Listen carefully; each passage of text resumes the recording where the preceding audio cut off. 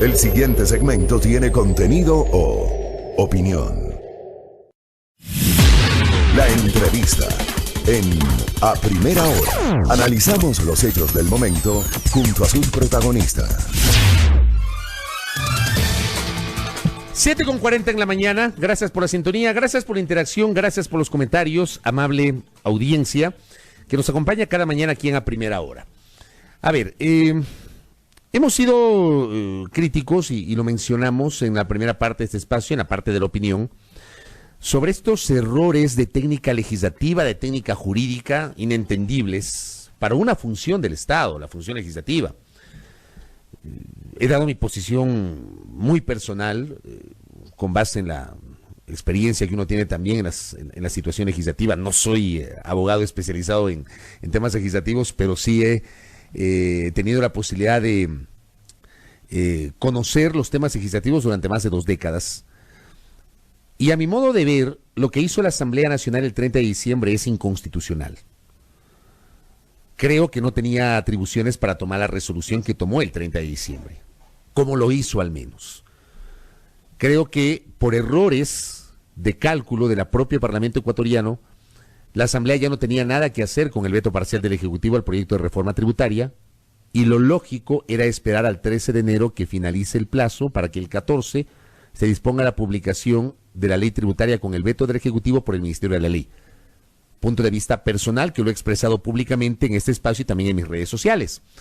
Lo que va a ocurrir en estas horas es que la ley fue publicada el 31 de diciembre, entró en vigencia el 1 de enero y ya se anuncian demandas de inconstitucionalidad tanto por la forma cuanto por el fondo. La forma es lo que acabo de mencionar, pero el fondo son algunos aspectos relacionados con el propio contenido de la reforma tributaria que ha generado la preocupación de la Cámara de Comercio de Quito, organismo liderado por Patricio Alarcón, que visita nuestra mesa de trabajo y que ha anunciado ya la presentación de una demanda de inconstitucionalidad. ¿Cómo le va, Patricio? Bienvenido, buenos días. Fabricio, buen día, un cordial saludo para la audiencia de Majestad. Gracias por la presencia. ¿Cuándo van a presentar la demanda?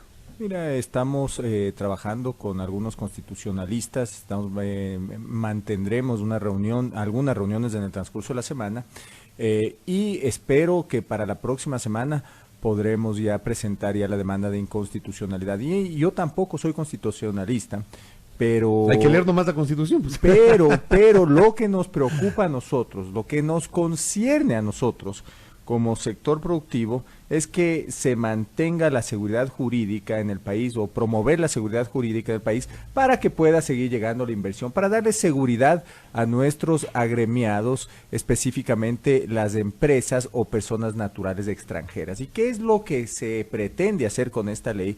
Que es inconstitucional, que viola cualquier norma tributaria y es cobrar un impuesto retroactivo. Eso es lo que nosotros queremos evitar, Fabricio. Esa es la parte, digamos, de fondo. ¿En qué parte, dicen ustedes, se pretende cobrar retroactivamente un tributo? Explíquenos, por favor. Hay un artículo que se metió en la ley que dice claramente que se cobrarán los impuestos a partir de que entre en registro oficial la ley, básicamente el impuesto a los dividendos. ¿Eso qué quiere decir? Es que sobre la renta que se generó, sobre el trabajo y los resultados que se generaron el 2019, en el 2020 el gobierno pretende cobrar esos impuestos que suman alrededor de 140 millones de dólares. Mientras, de acuerdo a los principios tributarios de la Constitución, cuando se aprueba un impuesto, rige para el futuro. Rige para el año en curso después de que se apruebe el impuesto. Estamos hablando que este tema no debería regir para los rendimientos de 2019, sino de 2020, que deben ser cobrados en 2021. Exactamente. Si yo quiero repartir dividendos, las empresas extranjeras que quieren repartir dividendos para sus accionistas, para el retorno de su inversión, deberían hacerlo sobre la renta causada en el 2020. Así de simple. Cuando se incrementa un impuesto como el IVA, ahí sí puedes, el mes siguiente a que se aprueba la ley, se puede empezar a cobrar ese tributo, pero no los impuestos que son causados durante un año. Eso, digamos, podría causar esto que se denomina públicamente como inseguridad jurídica. Definitivamente, ¿por qué? Y es simple, mira, nosotros no es que estamos en contra de que se implemente el proyecto de ley, nosotros estamos en contra de las ilegalidades. Si es que yo invertí en un país y pretendía generar una rentabilidad, te doy un ejemplo, del 20%, te estoy dando solamente un ejemplo, y el día de mañana el gobierno me dice, no señor, tu retorno va a ser del 10% y no del 20%, porque sobre tu renta que generaste en el 2019, ahora te va a cobrar un impuesto de dividendos. Imagínese, ¿cómo vamos a trabajar con esa inseguridad? No se puede permitir. Eso es un atraco a la inversión extranjera. ¿Ese es el único punto que ustedes impugnan? Ese es el punto que nosotros impugnamos. Fuera de que entiendo de que la forma como se aprobó el proyecto de ley... ¿También va a formar parte de la demanda de ustedes? No. Yo pienso que y tengo que hablar, como te digo, tengo algunas reuniones durante el transcurso de esta semana. Yo creo que lo que nosotros principalmente vamos a promover es que no se cobre un impuesto retroactivo. ¿Cómo ven ustedes el resto del contenido de la ley de simplificación y progresividad tributaria? Mira, para mí es muy simple. Están cobrándonos 600 y más de 600 millones de dólares en impuestos, porque realmente no se está cuantificando cuál va a ser el ingreso por el IVA a las plataformas digitales. Entonces estás hablando de que 140 millones de dólares se le va a cobrar a la inversión extranjera, alrededor de 140 millones de dólares, 100 millones se le va a cobrar al consumidor vía el ICE de la telefonía postpago. Entonces, 177 millones se les va a cobrar a las empresas que facturan $1 millón o más. Entonces, ¿qué es lo que sucede? Se sigue incrementando impuestos para cubrir en parte el déficit fiscal, y es en una mínima parte, porque 600 millones de dólares en un presupuesto general del Estado de 35 mil millones de dólares, incluido la compra de derivados petroleros, no le va a ayudar en mucho al gobierno, pero sí va a complicar a los empresarios, sí va a complicar la generación de fuentes de empleo, sí va a complicar a la competitividad del sector productivo. Entonces, si tú me preguntas, ¿es positiva la ley? No, pues no es positiva, fuera de que sí estoy de acuerdo en eliminar el anticipo del impuesto a la renta, fuera de que sí estoy de acuerdo en eliminar retenciones para una gran cantidad de contribuyentes, fuera que sí estoy de acuerdo en que se les devuelva el drawback a los exportadores, pero hasta ahora no dicen cuánto se les va a devolver. Entonces, si es que hacemos un balance, si es que ponemos en perspectiva la ley, es negativa para el país, es negativa para el ciudadano, es negativa para el sector empresarial. Yo no puedo estar de acuerdo cuando que se suban tributos cuando la economía está pasando por una recesión. ¿Ustedes conversaron con el gobierno sobre esto? ¿Expresaron sus reparos? No, nuestros reparos, enviamos propuestas, pero nosotros defendemos principios. ¿Y no tomaron en cuenta las propuestas de ustedes? No tomaron en cuenta. ¿Ni una sola? Ninguna. Mira, inclusive nosotros enviamos una propuesta de simplificación para que se cobren más impuestos a una mayor cantidad de contribuyentes. Y lo que nosotros propusimos también es subir las deducciones para que se mueva más la economía, para que se consuma más, para que el gobierno inclusive recaude más IVA, pero tampoco se hizo caso omiso a nuestras propuestas. Entonces, en general, el gobierno no es que dialoga con el sector productivo, con diferentes sectores en el ámbito económico. Nosotros nos enteramos de la reforma tributaria cuando ya estaba en la Asamblea. Hasta ahora no envían la propuesta de la reforma al Código Laboral, que hemos participado con el Consejo Salarial, pero ha estado bien guardada. No la pasaron a tiempo y ahora dudo que la puedan pasar por el costo político que la misma tendrá en la Asamblea en los próximos días. ¿En serio, Patricio, ustedes no conocieron la reforma tributaria antes del envío a la Asamblea? No conocimos. ¿En serio? Sí, se lo digo en serio. No hubiera pensado que sí. No. Digo, tienen un ministro de Finanzas cercano al sector que ustedes representan. Mire, ¿no? pero el ministro de Finanzas conceptualmente o el ministro de Finanzas tiene una manera de pensar distinta a la que nosotros tenemos como sector productivo. Nosotros pensamos en la competitividad, nosotros pensamos en el ajuste del gasto, nosotros pensamos en buscar fuentes alternativas de ingresos para que el Estado pueda subsistir. El ministro de Finanzas, que es el gobierno, ¿no? Porque no es el ministro de Finanzas, no hay como culparle al ministro de Finanzas, pero el gobierno tiene la política de subir impuestos para equilibrar el déficit y seguir endeudándose. Pero el ministro de Finanzas lidera el Frente Económico, ¿no? Sí, y yo creo que conceptualmente está equivocado, estimado Fabricio. ¿Y se lo ha dicho usted? Yo sí, claro. A Richard Martínez. ¿Y qué le ha dicho el ministro? Mire, yo creo que el ministro y el gobierno piensan que están haciendo lo correcto. Pero son diferentes maneras de pensar. Pero yo me imagino que el ministro, cuando era representante gremial, en este caso presidente de la Cámara de Industrias y Producción y parte del Comité Empresarial Ecuatoriano, pensaba de otra manera respecto al tema de los impuestos. Sí, yo pienso que pensaba de otra manera.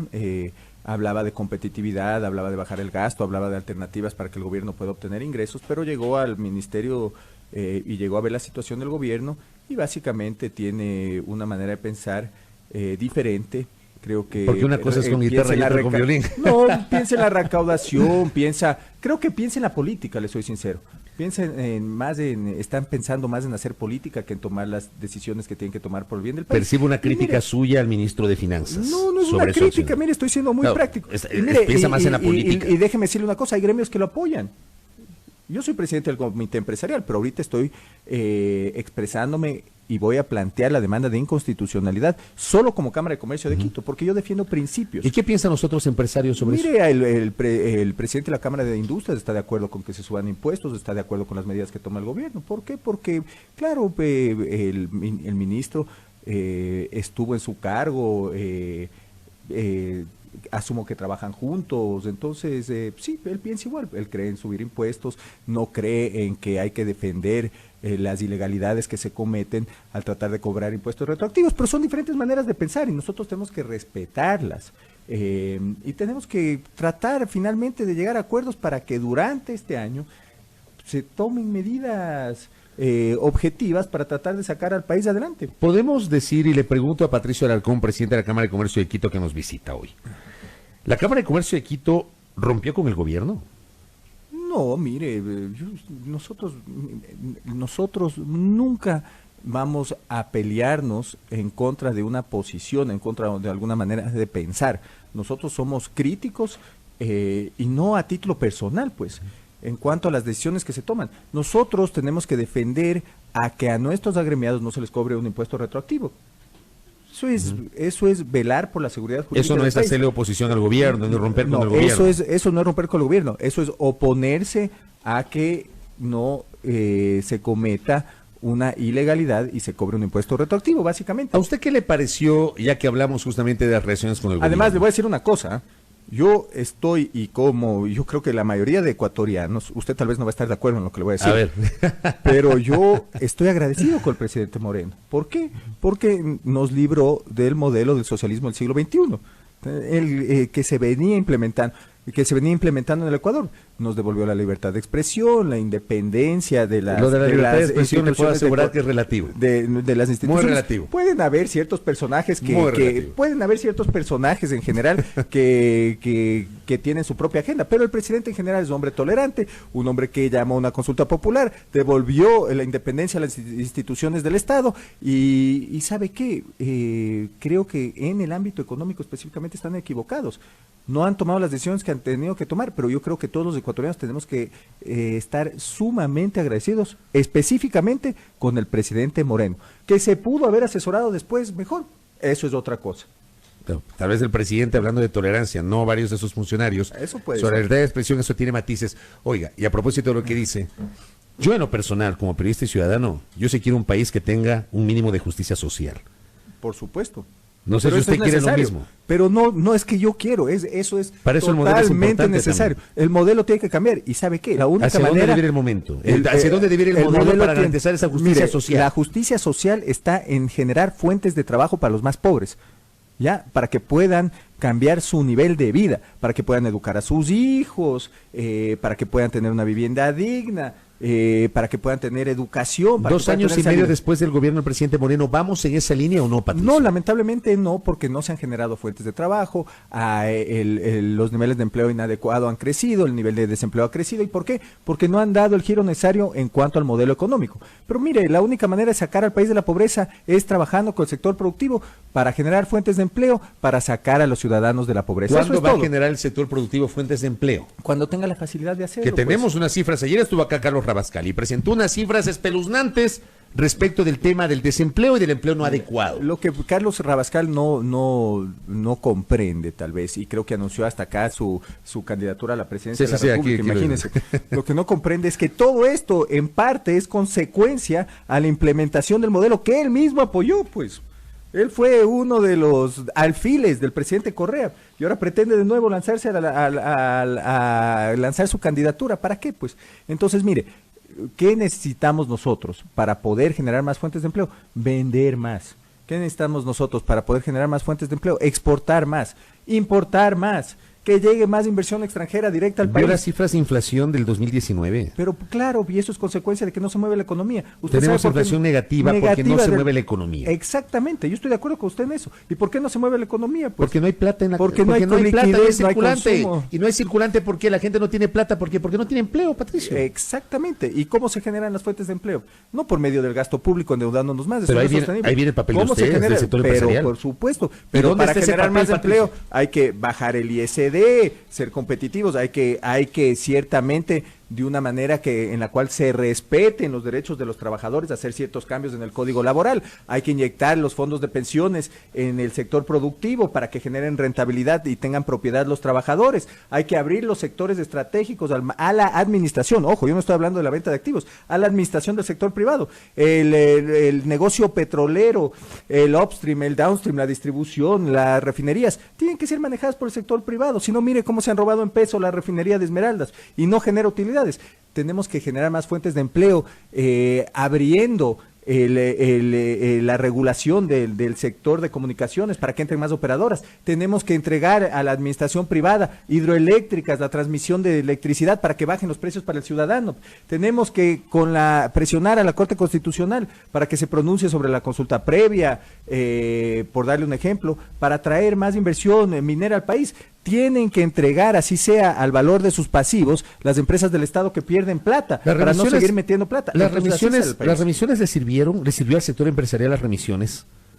O sea, tanto las del gobierno de Correa cuanto la del gobierno Moreno. Más que al sector productivo le sirvió al gobierno porque recaudaron $1,000 millones más. ¿Sabe cuál es el error? Que esos $1,000 millones se fueron al hueco. ¿Sabe cuál sería el error de monetizar activos en este momento, tal como lo quieren plantear? Que esa plata se va al hueco. Mientras cuando usted monetiza activos, esa plata tiene que ir a generar dinero para los ecuatorianos. Es como que usted venda en este momento su carro para pagar la tarjeta de crédito y seguir gastando más o menos. Entonces, mire, conceptualmente estamos de acuerdo en que tenemos que sacar al Ecuador de la pobreza. ¿Quién no va a estar de acuerdo con eso?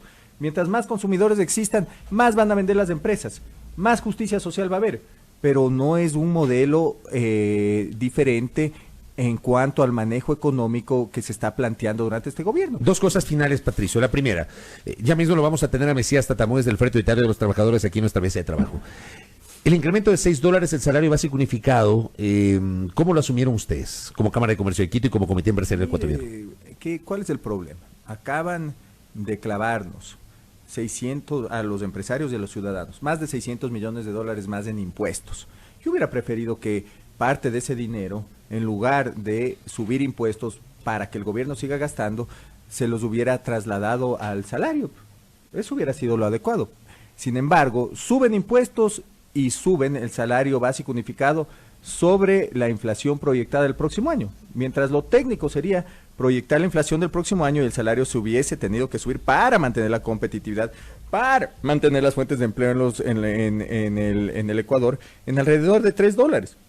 Pero no fue así, se toman decisiones que para variar no son técnicas, que todavía atentan en contra de la competitividad del sector productivo y lamentablemente yo no sé qué tan sostenible sea eso, Fabricio. No sabe qué tan sostenible. ¿Podría provocar despidos eventualmente para poder cumplir con el pago del salario básico de este año? Yo espero que se mantengan las 450,000 plazas de trabajo que perciben el salario básico unificado. Y esa es nuestra labor. Como empresarios tenemos que ser eficientes, tenemos que cuidar la cartera, tenemos que cuidar nuestros inventarios, tenemos que ser eficientes en las operaciones de producción, en las operaciones de distribución, en las operaciones que haya que manejar en cuanto a los negocios de servicios. Pero lo que sí hay que cuidar son las fuentes de trabajo en este momento. Oiga, recibo un mensaje que me parece interesantísimo que nos escribe un oyente. Dice, ¿cómo van a bajar los precios al momento que se privatiza? Dice un oyente. Por la competencia, ¿Ya? y es simple, evidentemente. Pero verá el sí, caso de Chile, ¿ah? no, pues... Chile es un país carísimo. Pero es un país sumamente regulado también. Pero carísimo. Pero carísimo, sí, evidentemente. Donde casi todo está privatizado, Patricio. No, pero usted lo que tiene que hacer es trabajar en abrir la competencia, porque mire, Chile puede estar privatizado, pero lo que hay que analizar es cuántas empresas en los diferentes sectores manejan los negocios. Entonces, si es que yo, el día de mañana, o sea, el gobierno, perdón, el día de mañana, abre, por decirte, el sector eléctrico a la inversión privada, se construyen más hidroeléctricas, se crea más oferta de megavatios en el país, se entrega la transmisión eléctrica para que se maneje de una manera eficiente, se invierte más. ¿Qué es lo que va a haber? Pues más oferta. Cuando hay más oferta, ¿qué es lo que sucede? Pues bajan los precios, porque no hay un excedente de demanda. Entonces, mientras más oferta hay, el ciudadano puede escoger. Es como si existan, y le voy a dar un claro ejemplo al ciudadano que escribió. Si es que solo existe una empresa de cable por televisión en el país, le va a sacar la madre, pues. Pero si tiene 8 opciones porque se libera el mercado, ¿quién es el que más se beneficia? El consumidor, mi estimado Fabricio. Y lo último, hace pocos días el señor presidente de la República hizo un anuncio. Que entre febrero, marzo y abril todavía no tienen la fecha, ya se dará a conocer la focalización de los subsidios a los combustibles, a las gasolinas, y no descarta el diésel. ¿Cómo reciben ustedes este anuncio? Pero muy bien. Todavía no hay precisiones sobre ese no, anuncio. pero mire... ¿Ustedes van a apoyar esa medida? Pero por supuesto, ¿cómo no vamos a apoyar una medida así? Eso es lo que se debió haber hecho desde un principio y no tomar una medida como el decreto 883. Porque mire... O sea, partamos de que el decreto 883, como fue concebido, fue totalmente No, mire, inconveniente. yo no estoy de acuerdo en que se mantenga el subsidio al combustible para contrabandistas, para Creo que en el que eso maneja todos un estamos de acuerdo. Mercedes-Benz, para la clase media, alta, en general. No, el subsidio de la gasolina se tiene que mantener para el más pobre. Y si es que se va a trabajar en la tecnología adecuada para que el más pobre, por un tiempo, ojo, hasta que pueda el país salir de la pobreza, se mantenga, o el ciudadano salir de la pobreza, se mantenga, para que no se dupliquen los precios del pasaje, entonces estamos de acuerdo. ¿Cómo no vamos a estar de acuerdo? Son más ingresos para el fisco, pues eso es lo que debe hacer el Estado, buscar alternativas creativas, pues, para poder sacar al país adelante y ahorrar dinero, no incrementar impuestos. Correcto. Patricio, gracias por el tiempo, por la gentileza. Sí, Fabricio. Patricio Alarcón, presidente de la Cámara de Comercio de Quito, presidente del Comité Empresarial Ecuatoriano, aquí en A Primera Hora. Al volver, tras la pausa, Mesías Tatamuez, del Frente Unitario de los Trabajadores, 8:02.